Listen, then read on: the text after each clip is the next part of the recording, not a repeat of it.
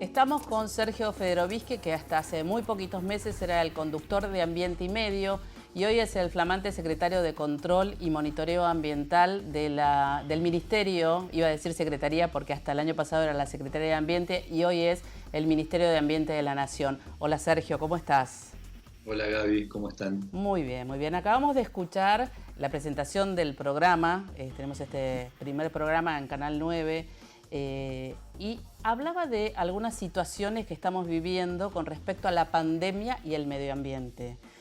Vos escribiste hace muy poquito una nota en Infobae y a mí me parece que la primera pregunta que cabe es, este es el título de esa nota, ¿no? Que dice si es posible que aprovechemos esta oportunidad ecológica que nos posibilita esta crisis que yo le agregaría sanitaria.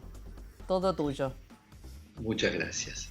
Antes que nada lo que quiero es primero manifestar mi añoranza por no poder estar del lado en el que estás vos y continuar haciendo Ambiente y Medio, pero naturalmente hoy tengo otras funciones más propias de la gestión pública y por lo tanto corresponde pasar la posta a vos, a Tommy, a Mauri, a todos los que venían haciendo conmigo Ambiente y Medio, que no tengo ninguna duda de que lo van a hacer con la misma profesionalidad y con el mismo ahínco y la misma convicción y el mismo compromiso. Y por otro lado quiero agradecerle a Canal 9 expresamente por haber decidido cobijar esta nueva etapa de Ambiente y Medio y convertirse en el canal que pone al aire el único programa de ecología de la televisión abierta de la Argentina. Dicho esto, es verdad, yo cuando escribí esa nota en Infobae, a mí de alguna manera me angustiaba la idea de si iba a ser posible y de qué manera en todo caso había que prepararse para que lo fuera, aprovechar esta coyuntura casi casual, casi inesperada que nos favorece en términos ambientales con la aparición de la pandemia. La pandemia lo que hace, además de la cuestión sanitaria estrictamente, es imponernos un parate, una detención absoluta, como resultado de las cuarentenas que hay que adoptar para no avanzar en la proliferación del virus, y este parate, esta detención de la actividad, automáticamente promueve que la naturaleza recupere lo que es suyo y vaya a los lugares de los cuales había sido expulsada por la actividad humana. Entonces es todo esto que estamos viendo de los animales paseándose por sitios en los cuales antes no podían ni siquiera asomar la nariz. El gran punto es entender que la posibilidad que nosotros tenemos, que la humanidad tiene, de poder hacer algo positivo de esta situación que claramente es negativa, está relacionado, como siempre decimos, a la aparición de políticas públicas que fijen estándares y que señalen qué cosas no tienen que volver a ser como eran antes. Este es el gran punto. Ahí te interrumpo un segundo porque también es interesante lo que escribiste en esa nota que me quedó en la cabeza, porque vos decís que las oportunidades no siempre son tomadas en la vida y ahora hay que ver si los decisores políticos las toman, ¿no? Que es un poco lo que estás diciendo. ¿Vos qué opinás con respecto a eso? No solo en la Argentina, Sergio, te digo, a nivel de los líderes políticos mundiales también. En estas situaciones siempre aparece esta frase remanida de que la crisis es una oportunidad, como si fuera obligatorio tomar esa oportunidad y hacer de eso algo bueno. Bueno, no necesariamente es así. Y muchas veces, diría yo, la gran mayoría, esas oportunidades se desvanecen. Yo no soy precisamente del bando de los optimistas, soy del bando de los escépticos, o como suelo decir citando a Gramsci, de los que hacen gala del pesimismo de la razón. Y la verdad es que si uno tiene que mirar cómo ha sido el comportamiento de los líderes mundiales en los últimos 30 años, no es fácil esperar que positivamente se hagan cargo de modificar aquello que hay que modificar para que no volvamos al modo de producción, de consumo y de explotación de los recursos naturales que teníamos el día antes de que asomara la pandemia.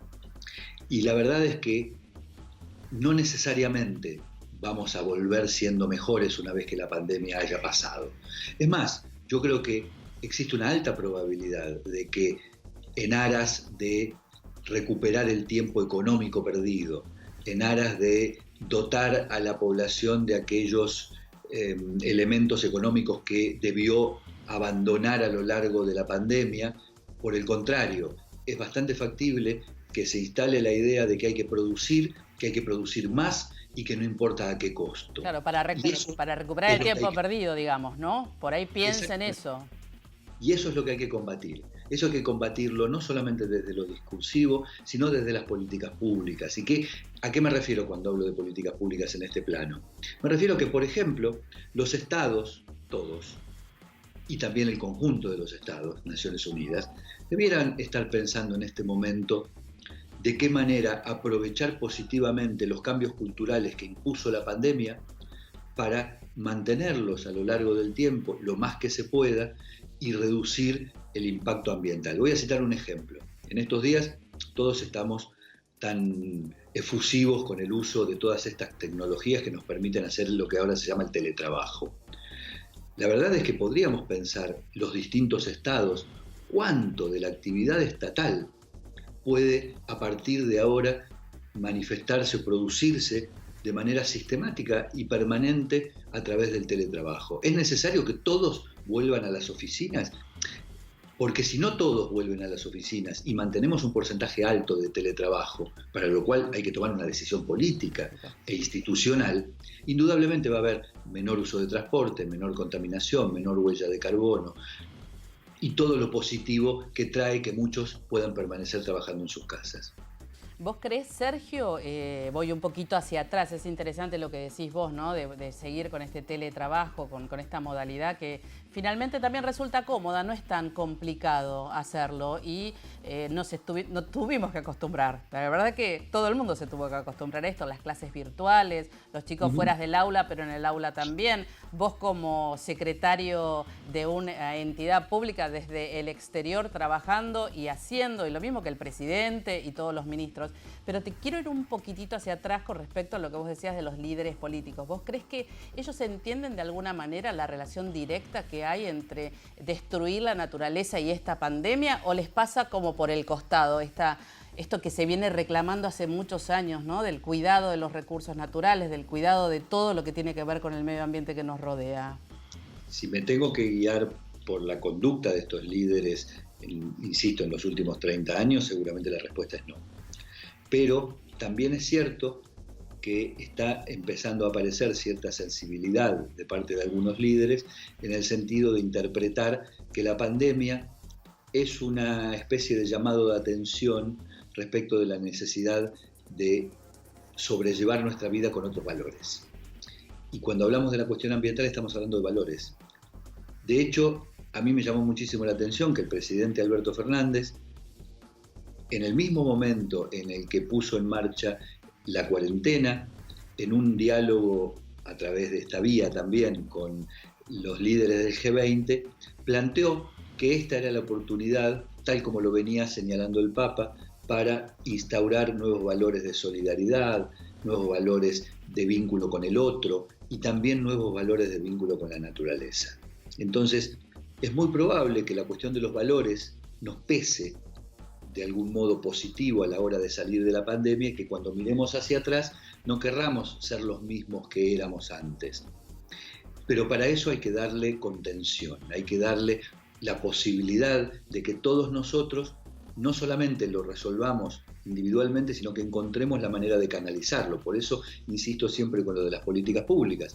No es solamente salir de la pandemia y decir ahora somos solidarios, qué bueno, soy fraternal con quien tengo al lado, sino también tener un Estado que me dé la posibilidad de que eso ocurra. Y en materia ambiental eso es decisivo, completamente decisivo. Como decís siempre, es más lo colectivo que lo individual, ¿no es cierto? Eso siempre es algo que vos viniste diciendo hace muchos años en el programa, ¿no? La importancia de lo colectivo. Y tanto es así que en lo que tiene que ver con la pandemia, nosotros tenemos una enseñanza muy brutal que absorber. Todas las decisiones que se adoptaron en materia pública, la cuarentena, las prohibiciones de circulación, el confinamiento, fueron hechas, y es correcto, en nombre del bien común. Y en nombre del bien común, todos aceptamos que nos parara un policía por la calle y nos exigiera mostrarle cuál era el salvoconducto o la justificación que teníamos eventualmente para circular. Y en nombre del bien común, de la protección del bien común, se estableció que no se podía circular. Tenemos que trasladar esa misma lógica al ambiente. Esto lo dijo el Papa en la encíclica Laudato Si. Cuando se habla de clima, no se está hablando de una abstracción, se está hablando del bien común. ¿Qué es lo que te suena? Perdón. ¿Qué está sonando tan lindo atrás? Un reloj de péndulo que tengo en mi estudio, en mi casa, y que además me recuerda a un amigo fallecido que fue quien me lo regaló. Pero aparte, justo hablaste del Papa, por eso, ¿no? Hablaste del Papa y sonó la campana como si hubiese estado... Sí. Sergio... No, decía que el Papa, en la encíclica Laudato Si, señalaba que cuando hablamos de clima, cuando hablamos del cambio climático, no estamos hablando de una abstracción, estamos hablando de un bien común. Y que justamente las políticas que hay que adoptar son en beneficio de la protección de ese bien común. Ojalá que la cuarentena nos haya enseñado que en beneficio del bien común tenemos que sacrificarnos.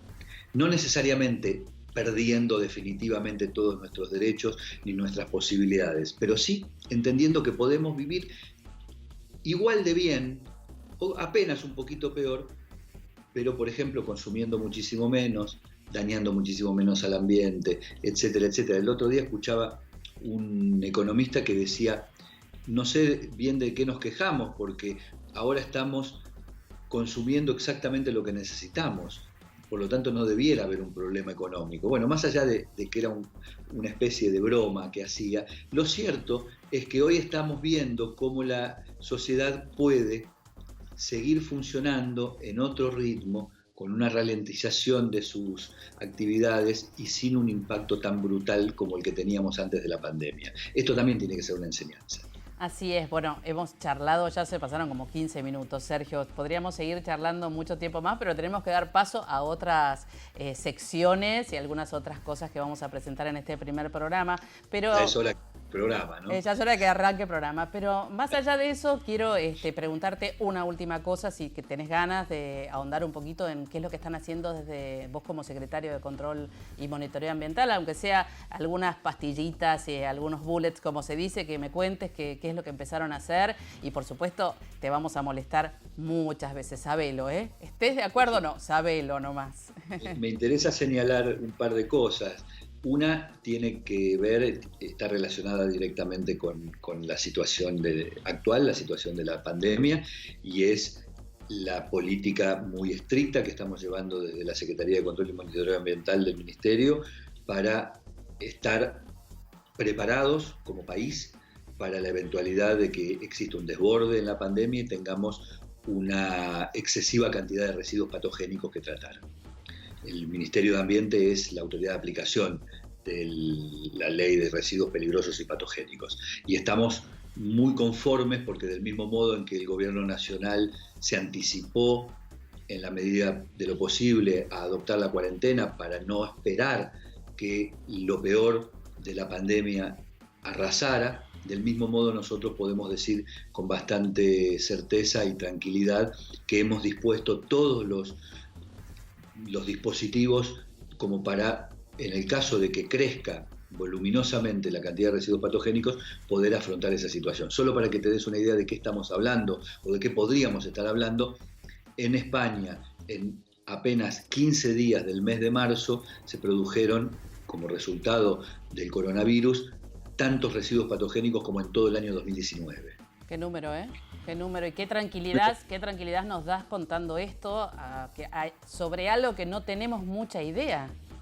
Y que podría ser un problema muy serio, porque los residuos patogénicos en época de pandemia arrastran el virus consigo, y hay que ser muy cuidadosos en el protocolo para eso. Y la segunda cosa que quería señalar es que justamente a partir de esta reaparición de la naturaleza en nuestro escenario cotidiano, nosotros vamos a hacer una inversión muy grande en el Ministerio, junto con el BID y las Naciones Unidas, para tomar esto como una suerte de línea de base y empezar a montar, y queremos tenerlo montado para fin de año, un observatorio de todos los indicadores ambientales de la Argentina, que funcione en tiempo real y que funcione como una red de monitoreo que vincule todos aquellos ámbitos que producen datos en materia ambiental y que sea de acceso público, completamente público y gratuito, y donde estén volcados todos los datos en materia ambiental, de tal manera que dentro de 3, 4, 6 meses o 2 años podamos ver qué pasó con el aire, sabiendo que hoy en esta línea de base hay muy poca contaminación, o qué pasó con el agua, o qué pasó con el suelo, o qué pasó con los agroquímicos, o qué pasó con los residuos sólidos urbanos. Y esto es algo que queremos poner en marcha justamente como uno de los aportes de política pública para evitar volver para atrás en el peor de los sentidos. Bueno, esto es hacer política pública, así que yo desde acá te felicito, más allá de que nos conocemos muchos y parece que uno te felicita porque te conoce, pero me parece que faltan líneas de base en la Argentina. Cada vez que uno ha querido tomar una idea de lo que fue y lo que hoy es en temas de contaminación, nunca había. Entonces esto me parece que es súper importante, Sergio, y lo de los residuos ni hablar. La verdad que eso sí es para sacarse el sombrero. Bueno, te felicito y ya te dejo, porque ahora voy a tener que presentar a otro Federovisky, un poco más joven, que está haciendo sus... sí, corazón, está haciendo sus pasos muy, muy bien. Y bueno, espero que nos veas por el Canal 9 todos los domingos a las 10 de la mañana. Espero que nos veas, ¿eh? Por supuesto. Y la verdad me da muchísimo orgullo, no solamente que siga al aire Ambiente y Medio, sino que sea un legado. Bueno. Y que continúe ese legado. Gracias, Sergio. Un beso grande, Gaby. Y hablamos en unos días. Dale, gracias. Gracias por todo. Suerte. Arriba Ambiente y Medio. Arriba Ambiente y Medio. Gracias.